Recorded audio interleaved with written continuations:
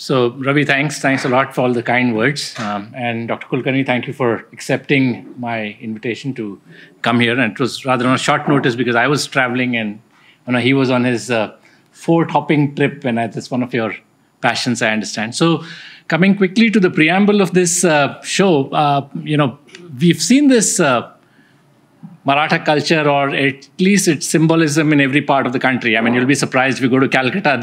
For those of you who've been to Calcutta, the upper circular road is in fact called the Maratha ditch. It has been dug from there, and that was to ward off the Maratha army by the Nawabs and the Englishmen. If you go down south, Jinji is around 40 or 50 kilometers from Chennai, but the famous story of Sambar being actually the name nomenclature coming out of Sambhaji Raje. If you go up north, there's the story of the Maratha Jats. And so if you see a lot of physical evidences of the Marathas having been in every part of the country, and but beyond the physical, I feel that there's a lot of this there's an emotional character also of the Maratha Century, which has been recognized all over the country. If you go to Banaras, for example, all of you know Ahilyabai Holkar. If she wasn't there, she was the biggest, probably the most primary public works constructor across the country. Not just that, for all of us who've been born in Maratha, in that kind of culture of Maharashtra, we've been obviously exposed to Ranjit Desai, and all of us had at least a Chhawa and a Shriman Yogi at home. And of course, Shiv Shair, Baba Saheb Purandare, we've all heard him. But I always thought that, for reasons better known to others, or probably by design, a lot of this history has not come out of Maharashtra, at least in the contemporary last 50 or 60 years of our country. And then I came across Dr. Kulkarni and I connected with him, and I found that the English audience, or the English-speaking audience, has also not been, kind of exposed to the Maratha history in the manner that all of us have been. And I saw Dr. Kulkarni's books, just amazing, tomes written. Those 7 books are amazing. Of course, the latest one, the Maratha Century, in its second reprint already, Doctor? The Maratha Century, yeah, so that's also coming out. So I thought all this and more, and I thought that we'll make it happen in Bangalore, which also has a Maratha connection for long. So I'll keep it short and leave the podium and the audience to the wisdom of Dr. Kulkarni. Thank you. Thank you.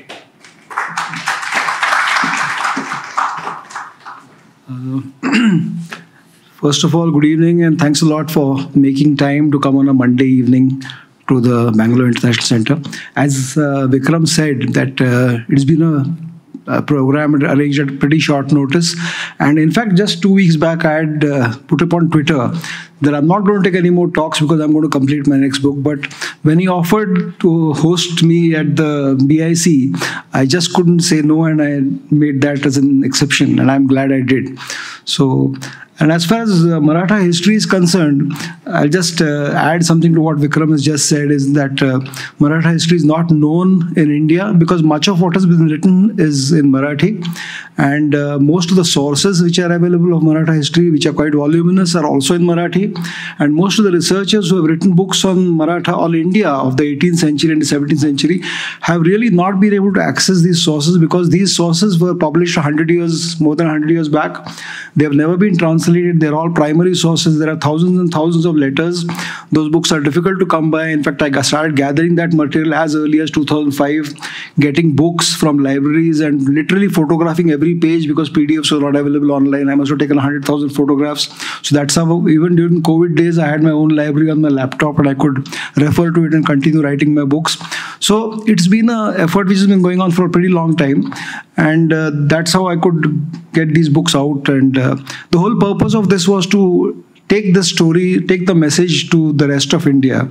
That there was very often you find that the Mughal Empire ended and the British Empire started as the story and the narrative which is commonly known all over India, which is not the case. There was a definite Maratha century, which in fact you will find that Delhi was taken not from the Mughals by the British, but from the Marathas.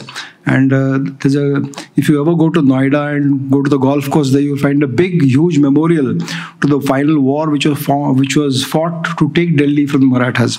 So this history is largely unknown. When I wrote my first book on Panipat, I got a call from a brigadier who had served for 35 years in the Maratha Light Infantry and who rang up from Chandigarh to tell me I've been in the MLI for 35 years, but I didn't know the Marathas fought at Panipat. So that was a level of ignorance which I encountered when I started writing these books. And the whole idea of writing them in English was that I wanted to reach out to the rest of the audience, not only in India, but the rest of the world. And that is how these books have all come out. It's been a 10-year-long effort, and as long as I can, I aim to continue the story. So that's what I wanted to say by way of introduction. Now, with 30 years as a surgeon in the Indian Navy, I always thought that, maybe surgery is hazardous and your people whom you operate, something can go wrong, you might have a serious mishap. Luckily, I managed to get away without a serious mishap in those 30 years that I was practicing as a surgeon. But after beginning to write books on history, I realized that while on surgery, the patient was the guy who was subjected to the hazards of surgery. Here it's the writer who writes history who's subjected to hazards, as you might have been seeing what's happening today in social media and other things, that historians are being attacked for what they write and so on and so forth. So why is that so? I mean, history is a very passionate subject. It is associated very closely with your pride and with your identity. And because of that, all these things, it becomes a very combustible mix when you write about history and when you read. So you have to take care that what you write, and it has to be written with some sensitivity. At the same time, to be credible, you cannot go off in one extreme. You have to kind of find a median by which you present a very balanced point of view to your readers, and they know that you have considered both sides of the coin before you put across your point of view. So for that, if you really go back and see what are the schools of history, I call them, you'll find there's a leftist school, there's a rightist school, there's a secular school, and there's a religious school. And often these four poles, they mix with each other.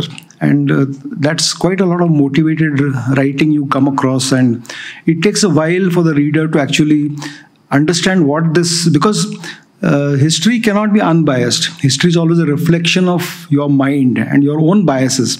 So as unbiased as you would like to write it, eventually a little bit of bias does creep into it. And the endeavor of each writer has to be to keep that bias out of what he writes. So that is a real challenge, and therefore history can never be unbiased into inverted commas. And you have to accept that some amount of bias is going to crop into whatever you write. But there's a fifth school of history writing, which was first enunciated by a German historian called Leopold von Ranke. And he said that history has to be source-based, preferably contemporary sources. Original letters of the time are the most important sources for narration of history, and one letter is enough to negate all the other narratives, subjective narratives that one might find. So source-based history and narrative history, these are the 2 points which Ranke pointed out and which are actually the bedrock on which history writing has to be there. There's another French historian whose name I will not attempt to pronounce here, and who said that no documents and no history. So if you don't have a document, you don't have history. So when you write about a particular period of a particular year or a particular campaign, you have to have all these windows open on your laptop where you keep cross-referencing various sources, putting them in a chronological order, and creating a story out of that which you can take to the audience. If possible, take original quotes from original letters and put them across. That helps the author, the readers, to be closer to the scene of action. So these are some of the things that one has to take care when you're actually writing about history. So that is one thing. Now, the topic of today is the Maratha Century and the contemporary significance of it.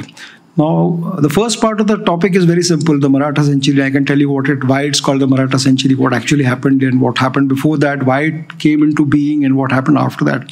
The second part is subject to certain amount of derivative thinking, I would call it. Or you have to derive conclusions based on what information you have. So for that, there are many streams of thought. You can fly many balloons and pick up any one which you choose. So it's possible that the interpretation of that history, everybody may have his own interpretation. So my job is, in the first part of the talk, I will give you a background of where the Maratha Century started, what was the situation before that, why it started, what it led to, how it progressed. And eventually at the end of it, the India of today, what you see, how much of it has been developed because of that period of 170 years from, say, 1646 to 1818, that period of the Maratha history which is there. So it's a pretty long period, and even then you find that unfortunately there are not many monuments which you can really go and admire, which have been left behind by the Marathas. And unless you have monuments, you don't identify with a particular historical period, unless you want to climb forts and see the forts. So that is one reason it has been kind of, and again we have got a long tradition of Delhi-centric history. So even in the Indian History Congress, you find the periods which are divided: early history, medieval history, early modern history. The dates are according to the day Delhi was captured by a certain conqueror. So the early ancient period ends in 1203 when Qutbuddin Aibak captured Delhi. The medieval period ends in 1526 when Babur came to India. The early modern period ends in 1707 because Aurangzeb died at that time. So this is entirely Delhi-centric. While Indian history is multifocal, every region has its own history. And if you want to present a cohesive whole, you have to stand at multiple points of view and give the entire picture of what all is happening. So that's what I endeavor to do in my books, because the 18th century, about which I primarily write, was the history of the Marathas. They were the paramount power. They were the power that actually were in every part of India, except probably in Assam and Kashmir. In every region of India, you find you can't study the history of the 18th century unless you read the history of the Marathas. And that is why the 18th century, I say, is the Maratha century. Of course, the beginning of this century started, say, 50, 60 years ago, earlier than that. And why did it start is what one question I would like to address. In the last 1,000 years, if you go back, you will find that much of the period has been a period which has been we have been ruled over by people who came from outside India. So the Turco-Persian Afghans who came and attacked India from the 11th century onwards, they have been ruling most of India since that point of time. And there's another concept I would like to introduce, which is of the indigenous people. Now, who are the indigenous people is the corollary to this question. And what happened when the invaders came to India? Of course, the whole world is full of migrants and people have been going and invading other countries. But when an invading country comes to an area which has got a settled pattern of culture, of civilization, of their own laws, of their own rules, and the migrants who come in, either by force or persuasion or any other incentive, try to change that culture to one that is that they profess, that is when you find that the conflict arises. And this is what was happening from 11th or 12th century onwards in India. And the indigenous people always had to, because they had lost militarily, they had to accept the rules which were made by the invaders. This was on multiple levels, actually. This change which took place was not just on one level, it was on multiple levels. And what are the changes that took place? First thing is that the lingua franca of the court became Persian, which was again a language which was used by the people who came in.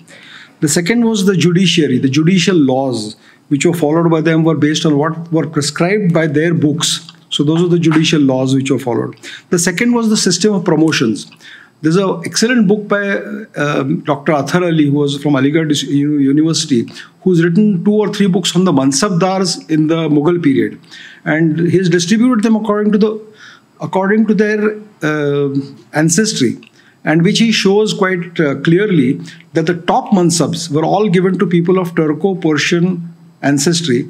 The second level of mansabs were given to those indigenous people who converted to those faiths, and the bottom layer was reserved for those who did not convert to those layers. So this was a system in the pecking order of the bureaucracy. In social systems also, there were some restrictions on people who did not conform to their worldview. Suppose somebody may not be allowed to ride on the horse, somebody may not be allowed to ride on the palanquin because they did not conform to their rules. Then again, the calendar. The Indian calendar was either the Vikram Samvat or the Shaka calendar, which had to make way for Arabic and Persian calendars. Even in the 21st century, we can recognize that Arabic and Persian calendars are not native to India. And therefore, these are the calendars which are being used. In fact, you will find in the 18th century Marathi letters, they all mention months and dates. The month Safar, Jama Dilawal, these are months which are used. And those are the dates which are followed because they had got so used to it in the 500 years of that period that they never used their own calendar for a pretty long time. So this was the kind of milieu. Secondly, then there was again discrimination as far as taxation is concerned, or even revenue. Right from there are examples where you find that in the rule of, say, Shah Jahan or Jahangir, if the peasants don't pay their taxes, the families have been taken away and sold. The Jahagirdars used to do that to get the taxes and pay it to the government. On the other hand, in the Maratha period, when Chhatrapati Shivaji started his rule, you find that if there is a famine in that region, there were some concessions given. And their concessions continued for 5 years, and there were gradations of how the taxes increased over the next 5 years. Fallow land was brought into cultivation. So this was a kind of a rule of an indigenous people and an indigenous king. So this was the kind of background you find when Chhatrapati Shivaji began his move for Swarajya. Now the very word Swarajya says own rule. In Indian history, you find this word Swarajya has been used only twice. Once when Shivaji began his move towards establishing his own kingdom. The second time was when Lokmanya Tilak used that word to fight against the British. And both times we were under a Pararajya by corollary to what was defined as Swarajya. So it was definitely a Pararajya against which these people were fighting at that point, against discrimination against their own people. There's a very famous letter of Shivaji Raje written around 1662, and which was written to a Deshmukh who was ruling a particular area near Pune. And he says, there is intelligence that the Mughal will attack your village. You should immediately evacuate the village with the women and children to a strong place below the ghats where the Mughal disease will not come. Do not neglect this job. Immediately you get this, move the people. If you do not do this and the Mughal takes away people, the sin will be on your head. Thinking in this manner day and night, go from village to village and take all the people to the sanctuary below the ghats. Not a moment should be lost in implementing this order. Those who stay to safeguard the fields also you should send to the mountain tops. If they spot the Mughal from a distance, they should run away. Now this letter is quite clear that the people were taken away for various purposes, and they were in Maharashtra. Even today there is a saying in Marathi, is this Mughlai? If somebody does kind of some injustice to you, the question asked is, are we living in a Mughlai that you're doing such kind of tyranny against me? So that was very much there and still ingrained in the psyche of the people. Subsequently also, to other people he has written that the south or the Deccan will remain with the Deccanese. Chhatrapati Sambhaji wrote a letter to the king of Jaipur, Ram Singh at that time, saying that Prajapalan, or the looking after of my people, protecting my people is a duty of the king. And I have to do this, and I can only do this to defend the people against an attack by the Mughals. Because during Chhatrapati Sambhaji's time, with 100,000 people, Aurangzeb himself came into the Deccan in 1682 and he stayed here for the next 25 years. And Maharashtra's and entire south was that time literally, the famine was so disastrous that hundreds and thousands of people were killed, in addition to the religious operation which took place at that time. Now, the religious operation was such, to give a more contemporary example, I will give an example from Europe. Say, in the early 19th century, Russia attacked Poland, and it was taken over by Poland for a good it had taken over Poland for a good 100 years. Now, during the time the Russians reached there, they decided that they will show their dominance over the country by building Orthodox Christian churches. Both the countries were Christian, but this was the Orthodox Church, while this was probably the Roman Catholic. So they decided to start building Orthodox churches. And in the main square in Warsaw, a huge cathedral was built in the early 20th century. Just before the First World War, it was completed. It was very beautifully decorated. After the First World War ended, when Poland got its independence from Russia, the first thing the Polish people did by decree was demolish all these churches and cathedrals which were built by the Russians. And this has been mentioned in one of the lectures by one historian named Arnold Toynbee. You can probably Google it or something, you'll find all this. So this is the sign of a foreigner coming and imposing his will on an indigenous people. It doesn't happen only in India. It has happened in other countries as well. And when they regained their independence, they fought back and retrieved the places or got rid of these symbols of imperialism and dominance which were with them at that time. So the entire ecosystem was there, which was kind of ripe for a rise of a person like Chhatrapati Shivaji had died in 1646. And he made a beginning symbolically by making his seal in Sanskrit. Surprisingly, it was one of the first times that a seal by a ruler was made in Sanskrit, because his own parents' seals were in Persian. So he made a beginning kind of at the age of 16, you can say, 1646. Started taking his forts from the Bijapur, Adil Shahi, and subsequently the Mughals came down to that area. And the Pune district, if you see the position of that district, it was the southern boundary of the Mughals and the northern boundary of the Adil Shahi. And it was in that region that this conflict zone used to take place. So that was the region from where this entire enterprise began. By 1656, two things happened. One is the Muhammad Adil Shah of Bijapur died, and Aurangzeb went back to the north to fight his battle of succession. And that's when he rapidly began to expand his kingdom, and it reached the Arabian Sea, took Kalyan, Bhiwandi, established a Maratha navy, which was again a very, very visionary step. And that was the time when Bijapur sent its foremost general, Afzal Khan, to fight with him, and he was killed at Pratapgarh in 1659. Now, all these things were happening. The huge army from the north came down, occupied Pune. That is when this letter was sent to the Deshmukhs there. Finally, to raise himself above the Jagirdars of the time, he decided that he should get coronated as a king. And in 1674, he was coronated as the king. When the symbols of royalty, one is mint your own coins, the second is start your own calendar. So there was a Rajyabhishek Shaka, which was started by Chhatrapati Shivaji, which was continued for about 70 or 80 years after him. And the third thing was that he sat on a throne and held a royal umbrella and called himself the Chhatrapati, saying that I am a sovereign king now. So that was one very important step he took, and that established in a de jure manner, in a legal manner, the establishment of a new state had been established when the Maratha king crowned himself as the ruler of the realm. Now, from here on, when he died in 1680, in fact, before he died, he took his kingdom right up to the south, right up to the river Kaveri. And the fort of Jinji, which you mentioned just now, was enormously strengthened and rebuilt during his time, which served him in good stead when his son came down here, and to the siege for 8 years that he had to be in Jinji when surrounded by the Mughal army. So the entire Deccan was at that time subject to the rules of Shivaji. The English were scared of him in Surat. In fact, one of the reasons why they shifted from Surat to Bombay was because of 2 attacks which Shivaji Maharaj made in Surat. And the rationale which he gave for the attacks was that your king, Surat was a Mughal city. It was probably what we call in Hindi, it was a Nak, or the pride of the city of the Mughals. It was a rich city, a mercantile city. It was a place from where all the people embarked for the Hajj. So by attacking that city, he kind of, in a way, insulted the Mughal emperor. And he did it in 1664, he did it a second time in 1670. And the British realized that they were no longer safe in Surat. And that is when they got Bombay from the Portuguese, they shifted to Bombay. And that's why Bombay came to where it is today. Now, in 1707, after the death of Aurangzeb, the Mughals kind of withdrew to the north.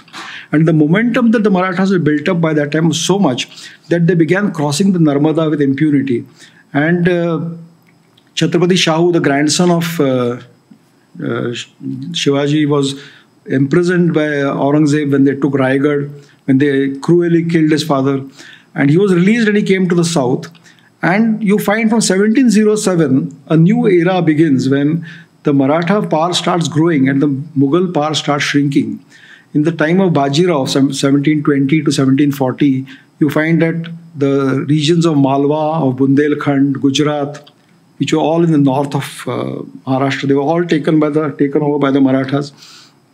And what Bajirao, as a famous historian like Yadunath Sarkar has said, he formed a greater Maharashtra.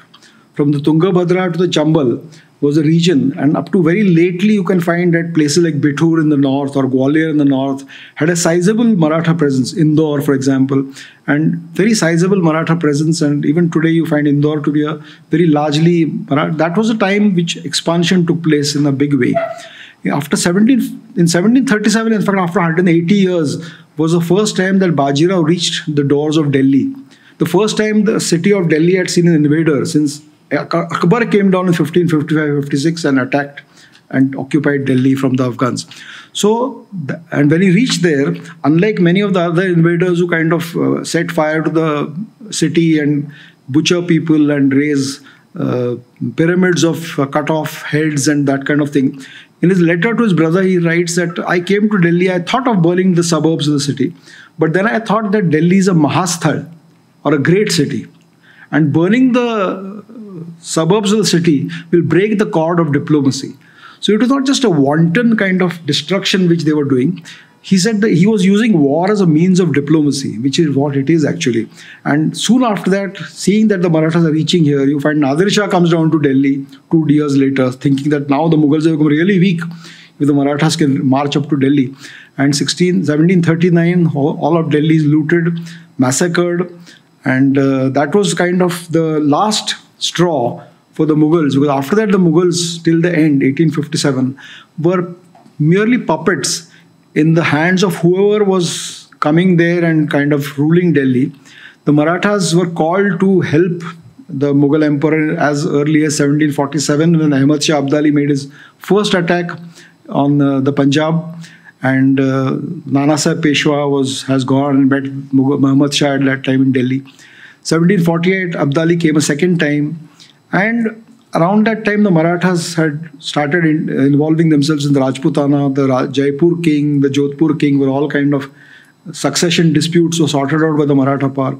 So they had become a kind of paramount power, and when they crossed into the Doab, that was the turning point, because the Rohillas, who were the first generation Afghans who had come into the north and who stayed beyond the Ganges, they could not tolerate this incursion by the Marathas into their region, and the complete control which they achieved over Delhi, to the extent that in 1752 the Delhi emperor, he signed an agreement which is called the Ahadnama, by which he told the Sindhyas and Holkars that you will protect me from all the internal and external enemies that I have, in exchange of which I will give you certain provinces of India and I will give you 50 lakh rupees, and you will maintain an army of 5,000 people in Delhi.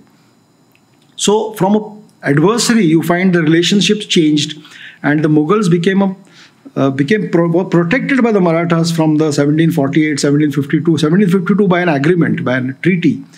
And soon after, when Abdali was invited by his Rohilla compatriots, countrymen, to come back again, because the influence of the Marathas has grown too much and we have become second-class citizens in our own country where we were ruling for last so many years. So please come down here and rescue us. So when Abdali came down in 1756-57, and the small army of 5,000 Marathas was no match for the 60,000 strong army which came down there, and he looted Delhi. The description of his loot of Delhi at that time is enough to raise your, if you read the original descriptions which are given in several books, I've quoted them in some of my books also. And so much so that the Wazir and the Queen's Queen Mother, and they were exposed to the sun. They were threatened that if you don't show us the places where treasure is being hidden, we'll take off your nails. And finally, when they looted all of Delhi, Najib-ud-Dawla, who was the Rohilla chief there, told him that don't stop here, go down to Mathura and Vrindavan, because all the infidels are there and the pilgrims are there. And Abdali went down to Mathura and Vrindavan and carried out a massive slaughter. Again, first-person accounts from contemporary accounts of that period are available. Not much known today. And when all this was happening in 1757 around Delhi and in Mathura, the British were in Calcutta and the Battle of Plassey was being fought. So you can see how the picture was changing all over at that time. When Abdali left Delhi in 1757, because he never stayed in the summer and went back, the Marathas followed up under Raghunath Rao, who was the Peshwa's brother, and Mallar Rao Holkar. They took back Delhi. They even captured Najib-ud-Dawla. But for some reason, he kind of convinced them that let me go, I will behave myself. So they let him go. They entered the Punjab for the first time. And that is where they tread on the toes of Abdali, because his interest was not Delhi, was not the rest of India. His interest was the Punjab, because Afghanistan being the arid province, the entire revenue he could get was from the Punjab. So they entered the Punjab. Abdali's son was ruling at Lahore. So they went up to Lahore. They chased him out from there. They captured Lahore. For almost 18 months, Lahore, Multan, Peshawar and Attock, the four primary cities in the north of what is today Pakistan, were being governed by Maratha officers. And when this happened, there were some ideologues in Delhi who wrote letters to them that their faith is in danger and Abdali must come back here and rescue them. And soon enough, while engaging the Dattaji Scindia, who was protecting Delhi in talks, they invited Abdali, who came down with an army of 60,000 men. And there's a beautiful book on Ahmed Shah Abdali by Professor Ganda Singh of Punjab University, where he describes that what did Abdali tell his men in Afghanistan when he wanted to come to India. He said that come to India for three things: Zan, Zar and Zameen. Zameen, you know, it's land. Zar is gold and Zan is women. So 60,000 people joined him from the Bolan and the Khyber Ghats. They poured into the Punjab, and these 1,000, 5,000 people of Marathas who were posted in these four places were driven out from there. And before you knew it, they were on the other side of the Yamuna at Delhi. Dattaji Shinde was killed in 1760 January while defending Delhi, just when in the south the Nizam had undergone a big defeat at the hands of the Marathas. He had ceded the capitals of the Mughals, the important capitals, Burhanpur, Daulatabad, Bijapur, Ahmednagar. The four main capitals of the Mughals in the south were all ceded to the Marathas, plus 60 lakh worth of territory was ceded to them. At that point in time, Abdali came there, Dattaji Shinde was killed, Malhara Holkar, who was of course the old man by that time, was defeated in battle, and it was apparent that a huge army has to go north to evict Abdali, who was now on his fifth invasion of India. And you find now that Marathas had not just become the defenders of the Mughals. At this stage, they were also defending a nation state called India. Now, if you look at the concept of a nation state, it probably arose in Europe just 100 years before that, by the Treaty of Westphalia, when the Holy Roman Empire disintegrated and Germany, France, and these kind of nations were formed. Now, you find that less than 100 years after that, Raghunath Rao, when he was in Lahore, he wrote a letter to the Peshwa from Lahore that the Shah of Iran has written a letter to me that from Lahore you come towards Afghanistan, from Persia I will come towards Afghanistan, and we'll split it. You take Kabul, I will take Kandahar. And Raghunath Rao writes to his brother, who's the Peshwa, that I said, why should we give Kandahar to the Persians, which until 100 years back was part of India? So that concept of a nation state you find enunciated in that letter. Again, when Sadashirao Bhau, who was the Peshwa's cousin, was leading a huge army with a huge artillery to the north, he writes to for example, Shuja-ud-Dawla was the Nawab of Awadh, because he was a Shia and Abdali and all his Rohilas or Sunnis, there was a certain animosity between them. So he wrote to Shuja-ud-Dawla that, why don't you come and join me? We will first get rid of the invader, and then we'll settle the matters between us, because we want to have an India for Indians, where no outsider should intervene and no outsider should dictate to us what is to be done. So these letters show that this was the first enunciation of a nation state of India, which all these days was only a cultural kind of a concept, that this is the landmass of India. It became, and the discussions with Abdali were basically about the boundary of India. Well, Abdali kept insisting that the Marathas must go south of the Chambal and leave the entire northern plains, the Indo-Gangetic plains of Delhi, to him and to whomever he chooses to appoint in that place. The Marathas said, no, the boundary has to be the Indus, and Attock has to be the boundary of this. So this was the dispute. And Sadashirao Bhau finally came to Delhi, occupied Delhi, took it from Abdali's forces. There's a huge rainfall and a flood. There's a flood in the Yamuna. They could not come to grips with each other throughout the monsoon. At the end of monsoon, when finally the armies came face to face in October at Panipat, the negotiations for 2.5 months were going on just this: what should be the boundary of which we will both agree, and then we will avoid this very, very traumatic and huge war which is going to take place. And there, the Marathas, though in a weaker position, they had no allies. They were fighting alone. The Rajputs had not come to them. The Jats had refused to come. The entire northern pass, the Rohilas from Bareilly, the Rohilas from Najibabad, they, along with Shuja-ud-Dawla, they had all joined Abdali. And Abdali was getting all his food from their territories because it was just next to across the river. Well, the Marathas had to get their money and their food from Delhi, which was not possible because Abdali was blocking their way. Well, they were blocking Abdali's way back to Afghanistan. So they were facing each other, blocking each other's path, and a war looked like it was inevitable, but nobody was willing to cede an inch as far as their demands were concerned. And finally, on 14th of January 1761, the Battle of Panipat took place. the Marathas, though in a weaker position, still refused to submit to the demands that we will go down and go south of the Chambal. When the battle took place, Abdali was shocked by the passion and the strength with which the Marathas fought in that battle. Because till 1 p.m. in the afternoon, it looked like the Marathas were going to win the battle. They came within an inch of winning the battle. That's what even chroniclers in Abdali's army also say that. And at the end of the battle, when the Marathas lost, he went back to Delhi. He wrote a letter to the Peshwa saying that I did not start the battle. Your brother attacked me, so I had to defend myself. But now I cede to you the administration of Delhi. You can manage the affairs of Delhi from now onwards. He sent him robes of honor, and he sent him an elephant. And he said, let us fix the Satluj as the boundary between our two territories. And you manage the affairs on this side of the Satluj.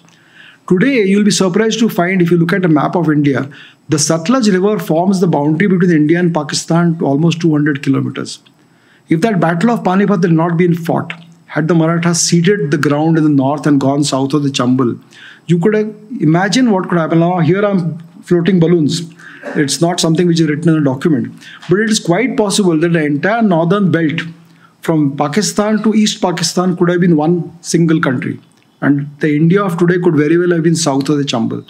So these were the ideals for which these people fought. 100,000 people were killed in that battle. Of course, nobody knew the outcome before the battle started.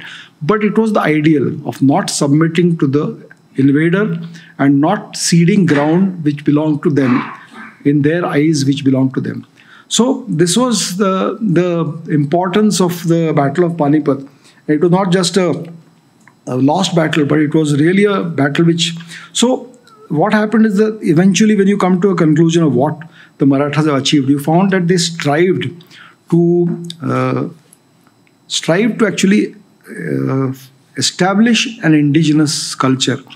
And in that, it was not just the military aspect of it, but you'll find huge number of temples built. For example, in Kashi, from the Kashi Vishwanath temple to the Manikarnika Ghats, to the Dashashwamedh Ghat, to the Bhosle Ghats, to the Sindhya Ghats, to the Kala Bhairav temple. All these have been built by the Marathas, though they have never ruled over Kashi themselves.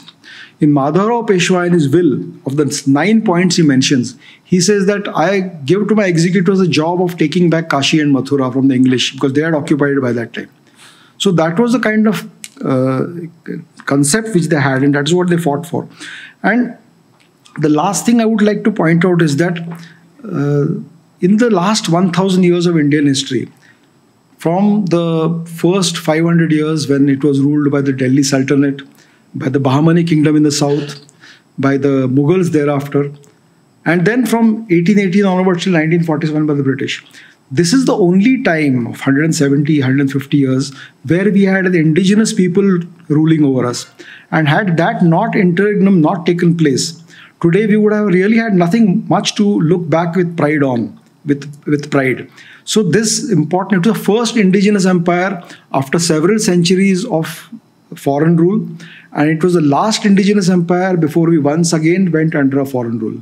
So the Maratha Empire has got a lot of changes which we see today, and what is being seen today in India, and the form of India today, the culture of India today has been safeguarded largely because these 180 years retrieved to a large extent what had been lost in the 5 centuries before that. So I think I will stop over here and probably hand over the... Doctor, thank you. The way you were going, we honestly didn't want you to stop. But I guess there's some time pressure on you as well as what Ravi has given us. But fantastic, really nice. I mean, it's rare that we get to hear from a person of your eminence in terms of the historical knowledge that you have about the Marathas. Couple of questions. One is, can we, 950s when, generally the Guptas are known to have gone down, and then after that, the centuries of the Turkic Afghan rule started.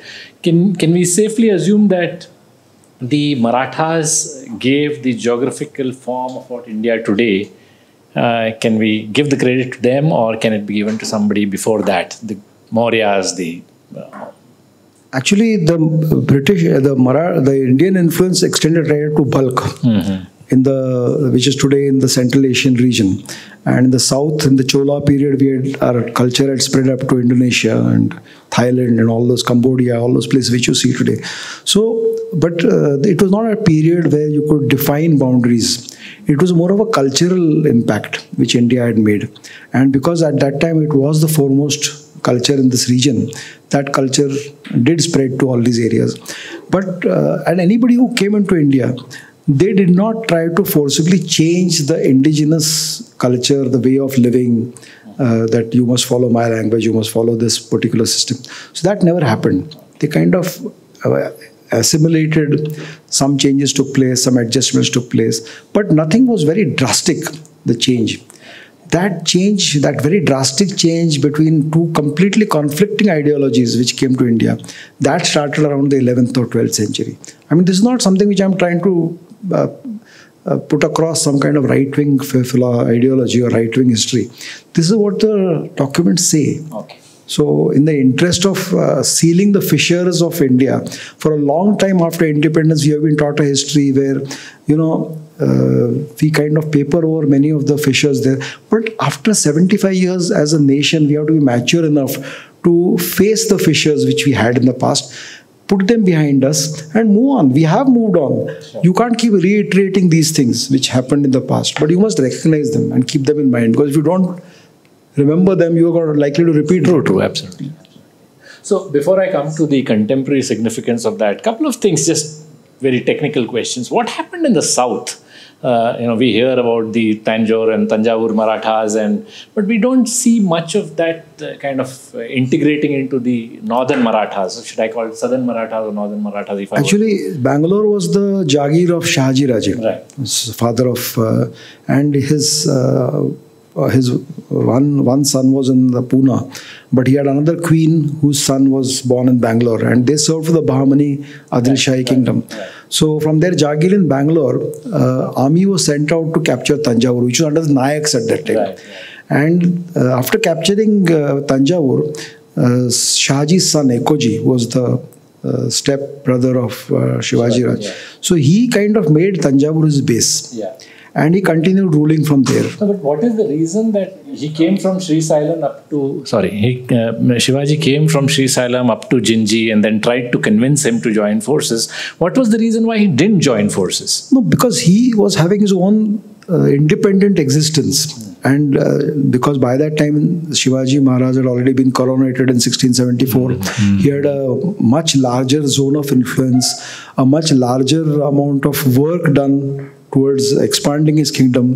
He was known to be a better warrior, better general. And comparatively, Ekoji had not achieved much. He had remained restricted to Tanjavur. In fact, Ekoji's fear was that he's coming down here to ask for a share of his patrimony. Okay. So that was, and when he came to meet Chhatrapati Shivaji on the other side of the Kaveri, he left the camp in the middle of the night and went away, thinking that he might be arrested or something of that sort. Okay. And then you can hear the letter in which Shivaji Raja says that he's what a foolish chap he is. What did he think I'm going to do to him? But after Ekoji died, his sons, 3 sons, ruled one after the other. But they were more devoted to the arts. So you find that his son, Ekoji's son Shahaji, the entire culture which you talk about of Tanjavur, the music, the dance, which is actually integral to the culture, the dramas which he himself wrote, some of them, they were all in Telugu. Yeah. Telugu was the language of that region at that time. So they devoted themselves to culture, and for the next 30-35 years, till 1730s, you find that Tanjavur was known for its culture rather than its military. They did not want to fight. It was only in 1730s that the Nawab of Arcot decided that this is a very rich principality, Tanjavur, and he decided to send his son and son-in-law to attack Tanjavur.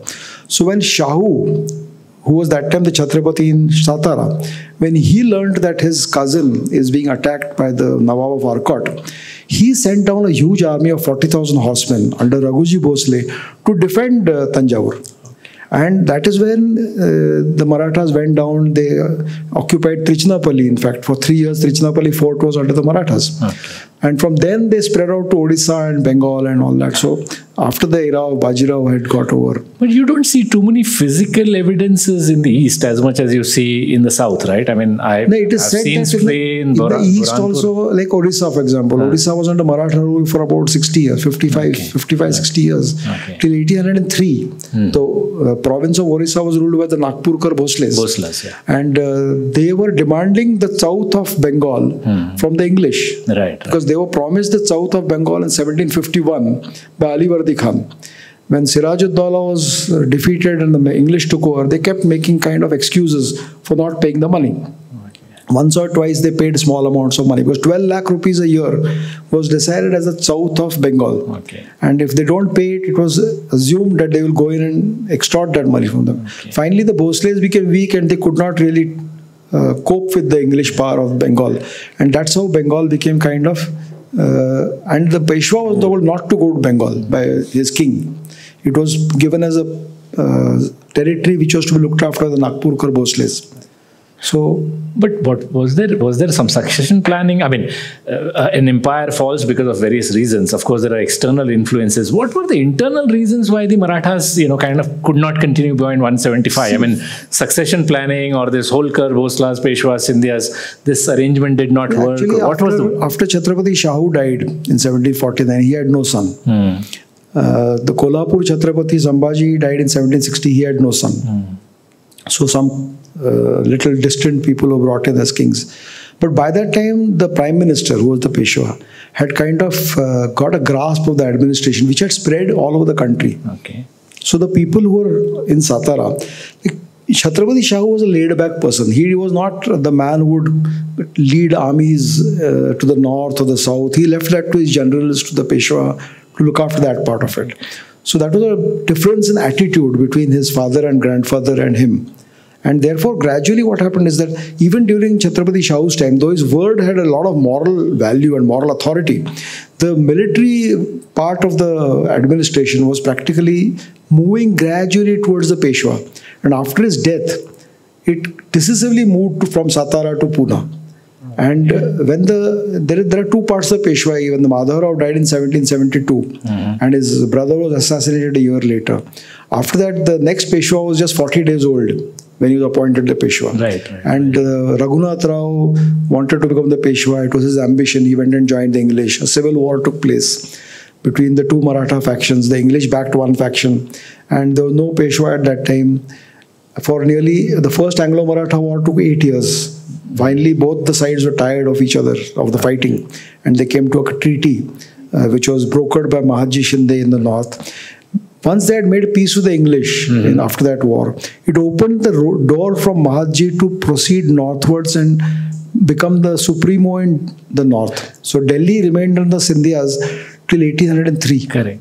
And but for the disintegration, if you were to pick out one or two reasons, what were the reasons? One by one, the Chhatrapati's family kind of gradually became weaker. One family, The Peshwa family became weaker.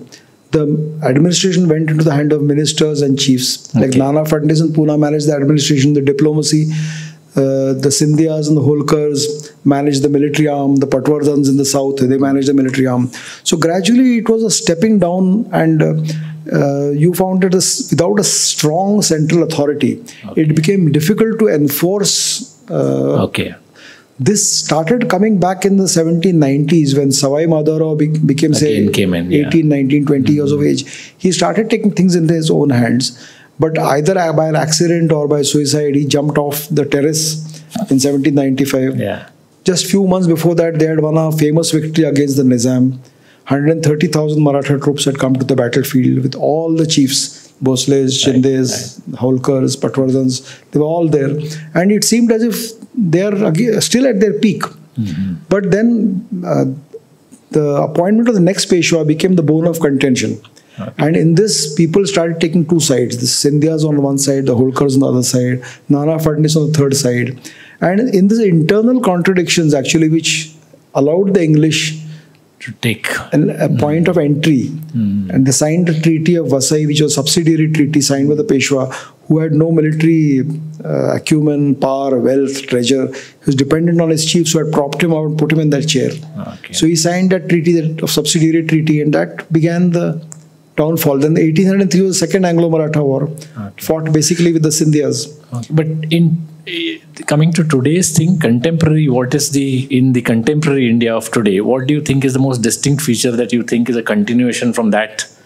I think one is that you find that the geography of India today, what it is because wherever the Marathas went is today's India.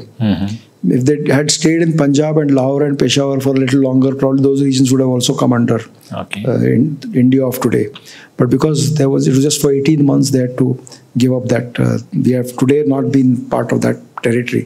And secondly, a lot of customs, traditions, culture, which had been lost in the first 500 years, was to a large extent retrieved in those 150 years, whether it's by Ahilya Devi Holkar or by the various people who built all these things all over the place. This was not possible in the years before that. You were not allowed to build such things. So that kind of retrieved, the people became aware that they are now free. They don't have to look over their shoulder and kind of submit to somebody else's authority, whether they like it or not.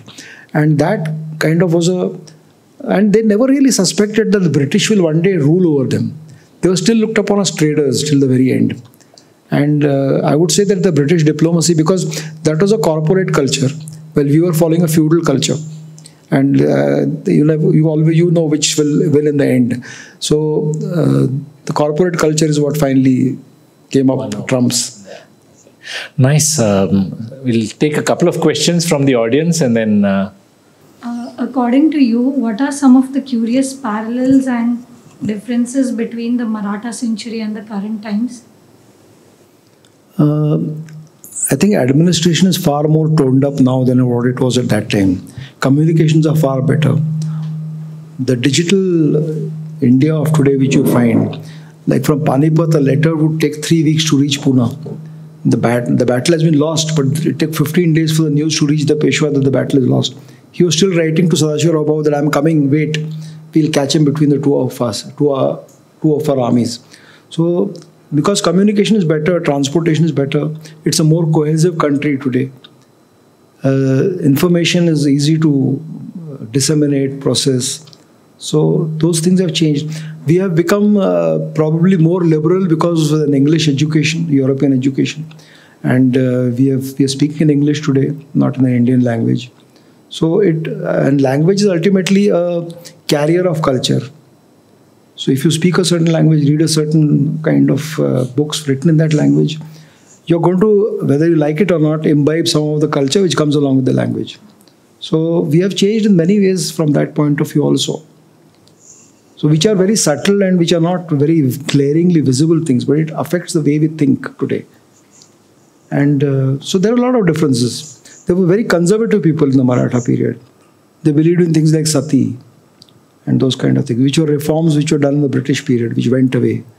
So they were very orthodox, conformist. They followed the dictates of the religious text to a T. Today, much of that has been kind of, because of the so many years which have gone in between, we have either kind of diluted that, or we have kind of decided that the significance is not so important. If you see the daily schedule of every caste in India, you'll find at least a few hours a day were devoted to religious observances. Today we are barely lucky if we get 10 seconds to do anything on that. So there has been a lot of change. It's not just physical change. It's the way we think, the way we behave. So those are all very different changes. And for that, I think it is the British period in between, which is, I'm not saying it's a bad thing, you know. It was a good thing that some of the things which we were doing in the past, the feudal setup, which is still not gone, I would say. We still kowtow to our, you know, any politician is there, you have to bow before him. You don't see that happening in the rest of the world. So many things we still have to get out of. What about parallels? Parallels, I think there's a feeling of nationalism which was there at that time, which is still prevailing, which has come up in the freedom struggle and which has remained with us even today, 75 years later. We are proud of what we are as Indians. So at that time, that pride which was inculcated in those 150, 170 years of the Maratha period, which had been lost. If you see, in a very obtuse way, if I say that the Bhakti movement, if you see the Bhakti poetry at that time, the Bhakti movement coincides very nicely. The first saint was Jnaneshwar, who came when Alauddin Khilji was about to come south. And the last saint was Tukaram, who was in Chhatrapati Shivaji's time. This was the Bhakti period. After that, when the Maratha Empire started, you don't find any saints of that caliber coming in. So, and most of these Bhakti saints were actually, they were laments of the misery which they are in. Oh God, save us from this. When Guru Nanak, when Babar came to invade him, he's written in his poetry that he has come down, he has disguised as Yama. That's what he calls him. So that was the kind of Bhakti movement which was prevalent at that time. And we have come out of it because we gained our independence. The way of thinking changed. Sudhiji, first of all, thank you very much for an excellent exposition. Although sadly, a bit too brief. Oh my God. But, thanks a lot. I actually have two questions. I'll ask one, and then if I'm permitted, I'll ask the second one. The first one is about, there's this whole narrative about people from Afghanistan or Turkey or Persia coming in with huge armies and huge funding. On the other hand, the indigenous empires or kings seem to be short of funding. For example, there is a passage where Raghunath Rao has a discussion, and I don't remember the name, somebody else is telling him, you're going on this muhim. You come back with a huge debt. Yeah, so where is the money? So my question is, on one side, India was a prosperous country, a lot of agriculture. In those days, agriculture was the main, wealth generating thing. On the other side, Afghanistan, for example, barren country like US said. So why was it that the invaders had more, seemed to have more funding than the native kings? Even going back to Khilji, who came and attacked the Somnath temple. Even then. So what explains that? Actually, these were the countries and nations where agriculture was very poor. They were not prosperous nations. If they had to acquire money, it was not by advance payment of salary. They had to go invade that land and loot and bring back the money, which was available here. It was not always available. I mean, the kind of life India was leading at that time was not a military, was not a primary aim of a society.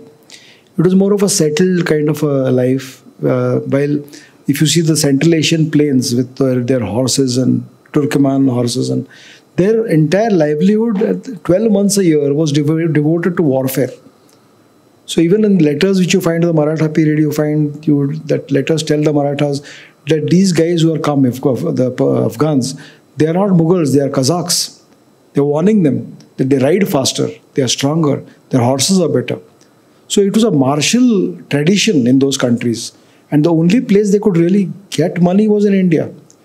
As far as the Indian army is not being paid was, India's primary aim was never to have a huge army. And until the Mughals were strong, they kept the tribes around Khyber and Bolan passes. They paid them regularly to defend those passes because those were the only entries. In the last years of the Mughal rule, when they became weak, they neglected looking after these tribes. And the passes opened up to invaders after that. That is why you find Nadir Shah marching down here. And Muhammad Shah, engrossed in his pleasures in Delhi, he is saying, "Ab Delhi bahut dur hai, Delhi durast." When Nadir Shah is coming to Khyber, is coming to Peshawar, is coming to Lahore, he is not budging from Delhi. He is not bothered about it. So a settled culture, kind of more given to pleasures, and that was a kind of tradition here at that time. Everything was available here. They didn't need to go out and conquer lands. You never hear of Indian armies going out and conquering other lands because the country was self-sufficient in itself. Even today is. So what you're saying is there was wealth, but it was not used for military purpose. It was not used for military purpose. When the military had to go out also, the wealth was not always available to pay the salaries. The way in which there's a letter by Nana Sahib Peshwa, which I've quoted here, where he says that Pune is starved of funds. It's the nerve center of the Maratha Empire. Because he said that there is a Suvarna Ganga which comes from the north and the Suvarna Ganga comes from the south. It's a very poetic letter. But on the way, the money seeps into the soil. So all the taxes collected in the north and south are not reaching the central treasury. But the buck stopped there. He had to raise the armies, he had to pay his sovereign, and he had to send the armies out in the field. So there was a lot of embezzlement on the way. They had their officers to look after it, but it didn't work in a perfect manner. So my other question is that you talked about the concept of India as a nation state coming into play when Marathas came in and went up to attack Jhenda, all these things. But also if you go back several thousand years, in the Vedic times there is this concept of India as a nation. Because there is this, north of the Mahasagar and south of the Himalayas, and so on. The country is called Bharata and so on. What happened in between? Because this concept of nation state seems to have been lost even before all these invasions happened from Turkish and Persian and Afghan people. No, the boundaries are amorphous. They were not well-defined boundaries. It was more of a cultural state. In the 8th century, you find Adi Shankara establishing the 4 mutts, whether it's in Kedarnath, in Dwarka, in Puri, and in Sringeri. So these 4 mutts were generally kind of accepted as the cultural boundaries of the country. But you don't find a well-defined boundary which a standing army is going there and defending it. So it was a porous border. At the same time, till the 10th century, India was perceived to be a strong nation. After having fought with Alexander, no invasion came to India for a good 600, 700 years, maybe more after that. It was only when the first probing attacks came and it discerned that there's a weakness here. It was always considered that India is strong enough to defend itself in that middle period. Secondly, you find that when the invaders came, there's a slightly a sub-point actually. India was a culture till the 11th century. It was not scared to experiment with their society, with the changes in society. Castes were interchangeable, trades were interchangeable. A son didn't have to follow his father's principles. When the invasions came, suddenly the culture, which is an ever-changing concept, changed into a civilization, which became rigid, ossified, became more dogmatic. So much of dogma of religion which you find today has arisen after the 11th century in resistance that let us protect what we have. Let us not change. Because if we change, we might lose it all. So that is what started in the 11th century, and we forgot that we were a thinking people who whatever we devised was out of our thought. And we became conservative. So that became an ossified, static civilization from that time onwards. So you were talking about indigenous kingdoms in your discussion. So can you establish any link of Vijayanagar kingdom with that of Chhatrapati Shivaji Maharaj? Would that have affected the imagination of those times? There is no direct linkage which can be traced. And the destruction of Vijayanagar was in 1565. But if you go into the history of Vijayanagar, though I'm not very proficient with that period, you find that many of the battles which took place between the Bahmanis and Vijayanagar was not always the 5 Bahmani sultanates against Vijayanagar. Vijayanagar with 2 of them fighting the remaining 3. This kind of thing was going on. The final battle of 1565, where Vijayanagar was destroyed, was the only time the 5 Bahmani powers got together and combined and attacked Vijayanagar. But Vijayanagar ended in 1565, and its tributaries like Mysore was a tributary of Trichinapalli and Madurai, and these are all kingdoms which are tributaries which are remaining parts of the Vijayanagar kingdom. So after that, it was almost another 55 years before Shivaji Maharaj was born. And another 15-20 years. So I would say the most predominant influence on him was his own mother. From the childhood, whatever she taught him and whatever he learned from her, that was a predominant influence. Probably taught him the epics and the stories. And he could see from his own eyes what is the state of his people, how they are being discriminated against. When he went to Bijapur, for example, he saw what kind of situation was there in the Darbar. When he came to Bangalore, he saw what was the situation with his father. His father was imprisoned because he took a few forts there. So it was his own experience and the nurturing which he... I don't think he went and read the history of Vijayanagar to get influenced by that. There's no mention of it in any of the available letters of that time. Okay. We'll take another 3 questions. Okay. In fact, I finished the talk early, so we can take more questions. Yeah. So I have a couple of quick pointers, and I'm sure you can react. It's meant to be. So one of the thing is, if you look at the Maratha century, as you call it, right? It's more of the Peshwas when they were the dominant factor.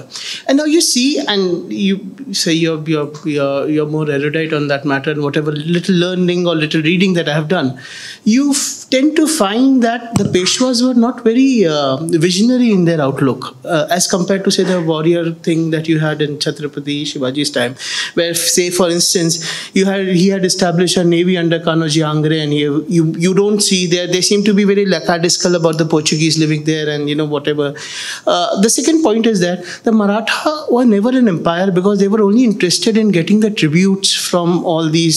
So they were invading, getting the tributes back, and that was as much as their outlook of the worldview was. And the third point, in which I'm sorry, this is very interesting, and I want that to be corrected in some sense, is the Battle of Panipat was, if you look at it, it was very lopsided because the Maratha army was very huge in terms of numbers when it was compared to Ahmad Shah Abdali when he was coming down.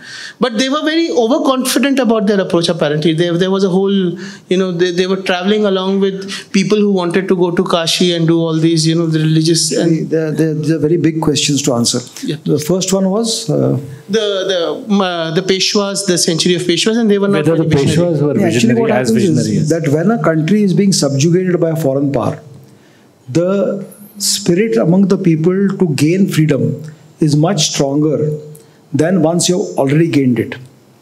So that initial spirit of fighting against the oppressor during the 17th century was far stronger than the 18th century, because the 18th century the oppressor had been completely kind of defeated, and he was lying prostrate. In fact, he was asking you that please protect me. So that kind of reason for fighting back had kind of disappeared. The whole idea of fighting back there's no enemy left. The only enemy is coming from beyond India's borders. The second point was, so the Peshwas didn't have to kind of assert that we are Hindus, though they did all the things which are required to resuscitate the Hindu powers, whether it was building temples, whether it was kind of readjusting the lopsided taxation system. But even they did not dare. Like in Ahmedabad, for example, the original tax was that in Aurangzeb's time, the Muslims 0% octroi, the Europeans 3% octroi, the Hindus 5% octroi. They still did not bring them on par. They still just raised them a little bit. But that disparity still remained. So it was a step-by-step approach. They had to make compromises. There was a lot of resistance to them. Not only outside, but even within their fold. There were mutual jealousies. Human nature. Mutual jealousies. The strong central government was not there. There were other chiefs who had the casteist overtones, where they did not want the Peshwa to succeed. There were other chiefs who were hankering for power. So these are all parts of human nature. And one cannot really say that why this happened. It happened. That's it. And the third part was about Panipat, which you asked, which was related to the overconfidence of. It's not overconfidence. They were very much aware that they are the weaker party because there was a strong North Indian alliance which was standing up against them. And when the Marathas left the south in March, it was not a traditional season for them to go out on a campaign because the monsoons were just 3 months away. The traditional period was after October, but they could not wait till October to go on a campaign. So the idea was that let's go there and fight before the end of June.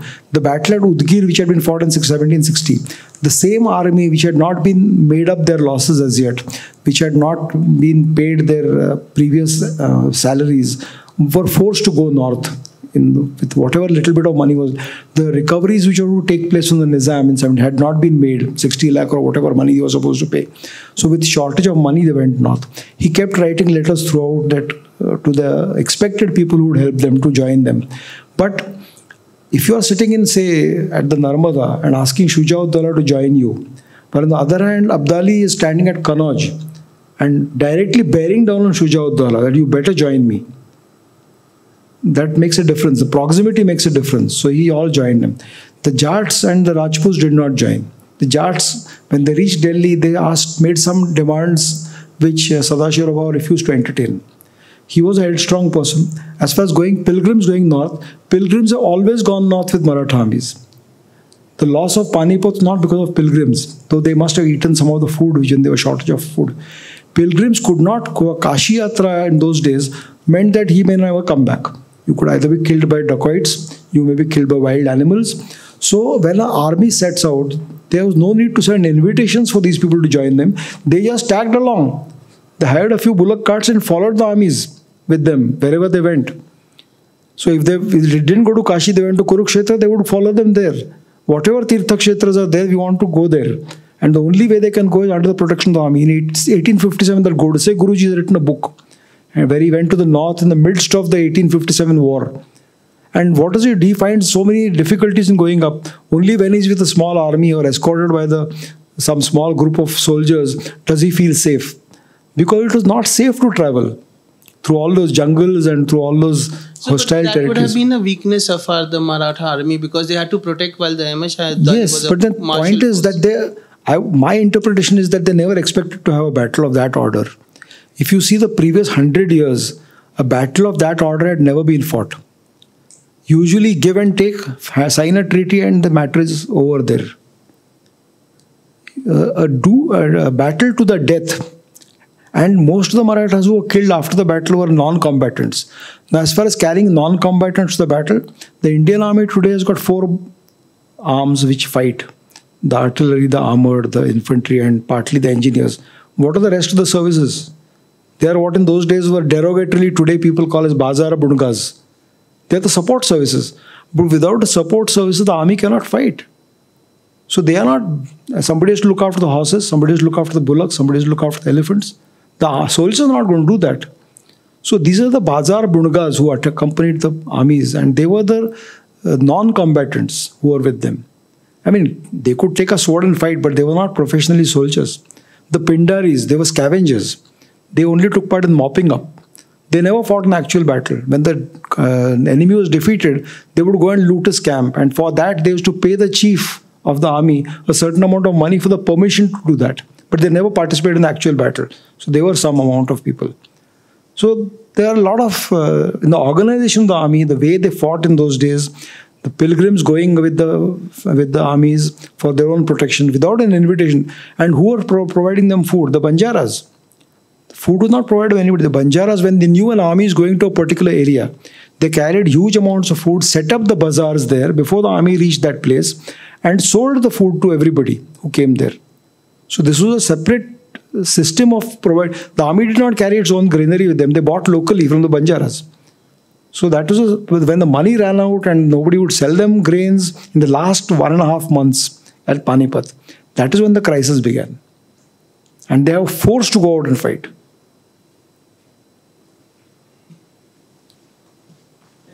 Thank you. Excellent lecture. I was a little surprised given your own military background and what remains of Shivaji. We didn't talk much about the military architecture of Shivaji because, or rather the Marathas, because I think it's all over the Western Ghats where I grew up in Bombay. So I think every weekend or every second weekend would be going to one of these forts and they're all over. So maybe can you comment one on the military architecture? That's the first question. And if there are any good reference books. Could you? There are a lot of books on forts in India, forts of India. In fact, one friend of mine is writing one right now. But basically, let's look at the importance of forts. Like in the Indian Navy, we used to say that a weaker country invests in submarines and a stronger country invests in aircraft carriers. Because the submarines are designed to deny you occupation of the sea, while an aircraft carrier by a stronger navy occupies the nation. So in the 17th century, when huge Mughal armies were marching into Maharashtra, the Marathas used to occupy the forts where the Mughal could not reach. And when the enemy was perceived to be weak, they came down, attacked them, inflicted the maximum damage and went back up the forts. So the forts were very important at that time. That's why when Chhatrapati Shivaji died, he had 350 forts. Yeah. And he said, if each of these forts fight for 1 year, my kingdom will last for 350 years. But the pattern of battles changed. Army, the way it was fought.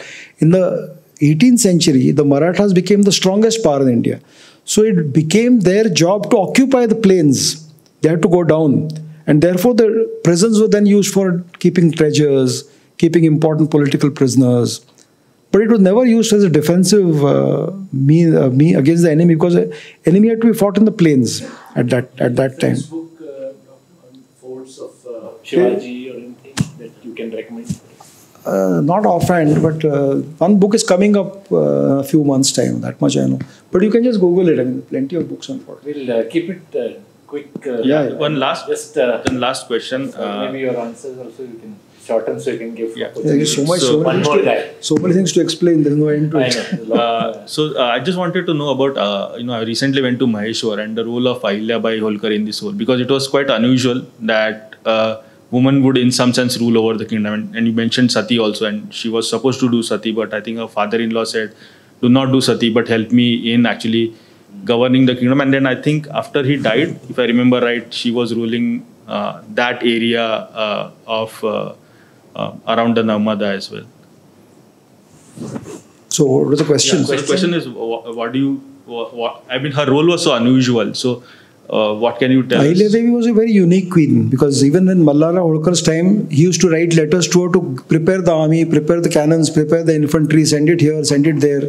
So she was always participating in that. And she was looking after the civil administration of the kingdom, while Tukoji Holkar was managing the military arm. So it was a division of duties. She was a very able person. First of all, thank you for covering vast canvas. You started from maybe 11th, 12th century.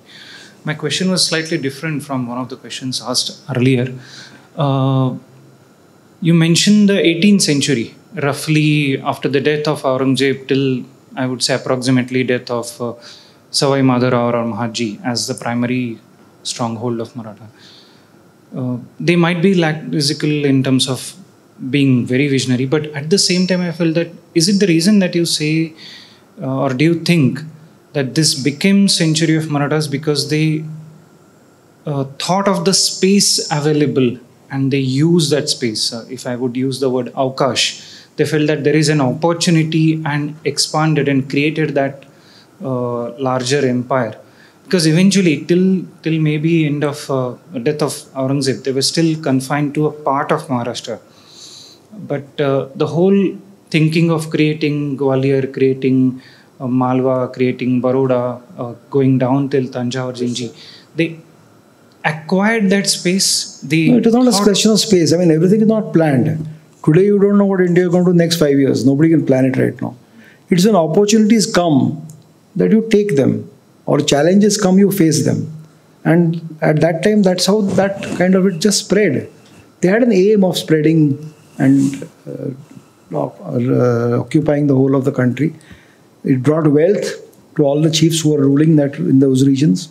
So that was a very strong incentive to do so. And were they also fortunate that they, till Abdali or even after Abdali, they didn't get so much of resistance? Yes. Ahad, Tanja, Peshawar, Tetahat, Tanjore, like it's a because all the other powers were weaker, much weaker than them. See, the thing is that they could mobilize armies and they could pay for them and they could take them with them. They had very good generals at that time. Well, no other nation, no other small kingdom by itself could stand up against such an overwhelming force. So they had to submit to them. Okay. One small question is, we are in Bangalore and this was possibly one of the routes. Because Shahaji was here, Shivaji came here, and a young Shivaji went back and became Chhatrapati. almost 1640. 1640s, Shahaji Raja was here. And he was Jagirdar for almost 30-40 years till his death. Today there are no traces left. They moved to Tanjore, they moved to Jinji, but even if you go, there are no traces left of Bangalore fort. You must go to the British Library website and look at the picture of Bangalore fort as it existed at that time. It was a huge place. When Madhurao Peshwa came down here to fight Hyder Ali, the three principal places which Hyder Ali had and which were very strong and which could not be taken were Bangalore, Srirangapatnam and Bednur. Bednur today is called Nagara. Yeah. It's in the Western Ghats. These are three places which were very strong. Nagara because of the forests and these two because of the fortifications. Bangalore fort is what you see today is just an apology for what it was. So what transpired that today we are having this conversation, but there is very the forts were destroyed with the British very systematically. Maratha history as well, not just the forts in the city. The forts of the the Middle Ages were destroyed by the British. There are documents in London which, because they didn't want them to be a refuge of people who would rebel against them. They decided, in fact, I've got documents of the fort of Miraj, which is one of the strong forts of the Marathas, where the sappers came in 1858 after the war.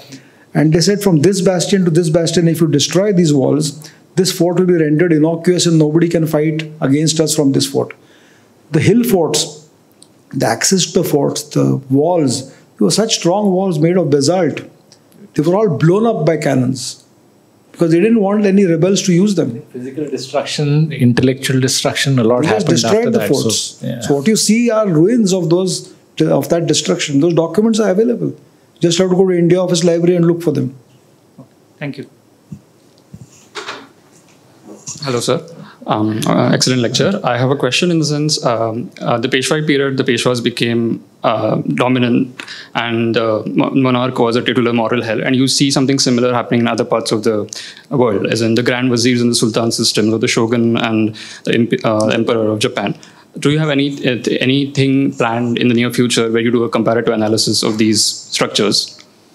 I've got my hands full writing just this. One last one we'll take from... Okay, two last ones, you and then, okay. Why don't you come here and then we'll finish with you. Thank you very much for the thing. That I had two comments and one question. We spoke about sati. So sati contribution is not just by British. The first people who banned sati is Portuguese, Albuquerque, and the second people really major contribution for abolishing sati is Mughals. So Akbar banned and Aurangzeb was very critical about sati. So we cannot forget these two people when we are talking about sati. These references. Yeah. And another reference which you said that Chhatrapati Shivaji didn't had any influence on Vijayanagara history. Okay, that's not true. He came to, before his coronation, he came to Hampi. And there he has spoken about it as well, saying that this has got a lot of influence on me, which is there in historical records. You can refer on that. Okay. The question here is, the actual real enemy of India were lurking as Europeans. Neither Mughals nor Bahumanis were real enemies for us. Actually, the real enemies were Europeans. By that time, already Europeans had done a lot of damages. Neither Krishnadevaraya nor Shivaji could identify that. Both have extended the helping hand to Europeans. What made them to think like that? Don't paint them all in the same brush. They both went in the same way. Not all Europeans. Because the Portuguese, the Marathas were definitely against them. And that is why the entire region north of Bombay till Daman, the battles which were fought in 1730s, take back that area. The reason they fought the Portuguese but not the English was because the Portuguese were indulging in, before that the Inquisition, that time oppression of the local people. So that's why they fought the Portuguese, but did not fight the English because the English were not doing that.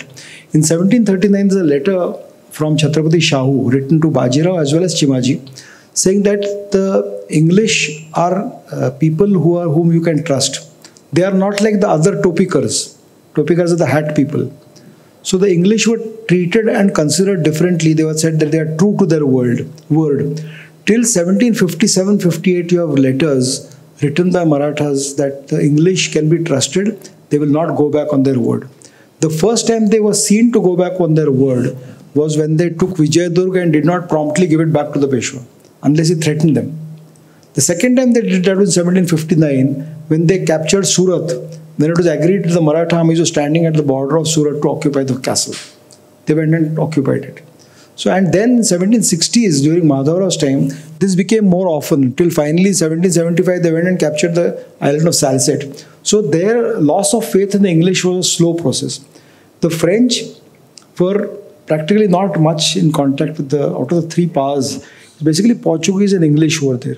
Now, the English factory at Rajapur in the Konkan was looted by Shivaji Maharaj, if you read that, because they helped the Bijapur kingdom in the siege of Panhala by providing him guns. So the punishment, he went and attacked Rajapur, looted that thing, and for a long time afterwards, the Bombay English was sending people to Pune, to his capital at Raigad, saying that please give us back our goods, please give us back our prisoners which you have taken. So it was not that they were, it was, see. It's so unfortunate or irony that neither Mughals nor Bahumani looted India. It's the people who really looted India are Europeans. I don't accept that. Yeah, okay. That maybe we differ. I don't accept it. Thank you, sir, for a great lecture. My question was just about, so one of the most important aspects of a successful empire is the uniformity of trade and commerce. Where the hundi you take in Kashmir can be converted into cash in Bengal under a system of trust-based banking, which is only possible under an empire. The Mughal Empire had a common currency and a banking system that worked from Delhi to Surat. But when we read about the history of the decline of the Mughal Empire, we read about the debasement of the Mughal currency by various local rulers rather than the development of a new currency or banking system under the Marathas. Given all these aspects, can we really say that the Marathas were an empire if they never attempted to consolidate trade and commerce under them? See, the first time the coins were minted by the Marathas was in the Chhatrapati Shivaji's period.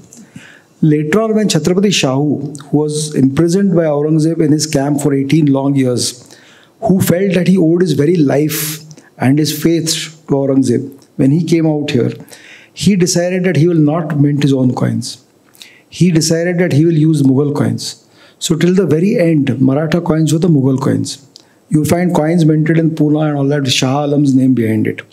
Now, the coins, the calendar are all marks of royalty. But when Nadir Shah attacked Delhi, Shahur Maharaj wrote to Baji Rao that I don't want to go and be the king in Delhi because there is greater merit in repairing a broken down building than making a new one. By his good luck, good fortune, Muhammad Shah has been restored to the throne. So I would urge you to go and support him and make him back, put him back on his throne. So that was a feeling that was till 1750, till Chhatrapati Shahu was there. The Marathas, by a diktat of their king, were not in a position to displace the king of Delhi and take over. Now, who will take over the throne of Delhi? It could not have been the Peshwa, who was himself only a prime minister. It could only be the sovereign. And the sovereign was unwilling to go to Delhi and occupy the Mughal throne. The prime minister didn't have the authority to do so. You'll be surprised in Nadir Shah when he was attacking Delhi. There was a feeling that Muhammad Shah has been deposed and who will become the king of Delhi now. The name proposed was of the Rana of Udaipur. And Bajirao was told that the Rana of Udaipur will be put on the throne because Chhatrapati Shivaji's family claims ancestry from Udaipur. So it was said that we will put the Rana of Udaipur on the throne and the Marathas will support him as the sovereign of India from Delhi. The Marathas themselves never thought of taking over the throne of Delhi. First thing is that they didn't have sufficient numbers and power around Delhi to hold that place. Their base was far in the south in the Deccan. It was far easier for them to control a puppet emperor there than to put their own man there. So it was in technically the reign of the Mughals, but it was the rule of the Marathas. And the same thing the British did after 1803 till 1857. When Bahadur Shah and Akbar Shah were kept in Delhi, but for all practical purposes the British were ruling. So it is a modification of, like you said, somebody said Shogun and those kind of things. But I think his question, one interesting, was about why currency. I mean, that was... The currency was never minted after Chhatrapati Shivaji and Chhatrapati Sambhaji's time. Because Chhatrapati Shahu ceded, I mean, he gave away that right of minting his own currency. Though Shah Alam was a cipher, he was a phantom king. The stamp was all his. Probably that's the reason also, which one of the reasons which contributed probably then to the downfall. Doctor, thank you so much for spending time over here and at such a short notice on a Monday. Thank you very much. Thanks for having me over.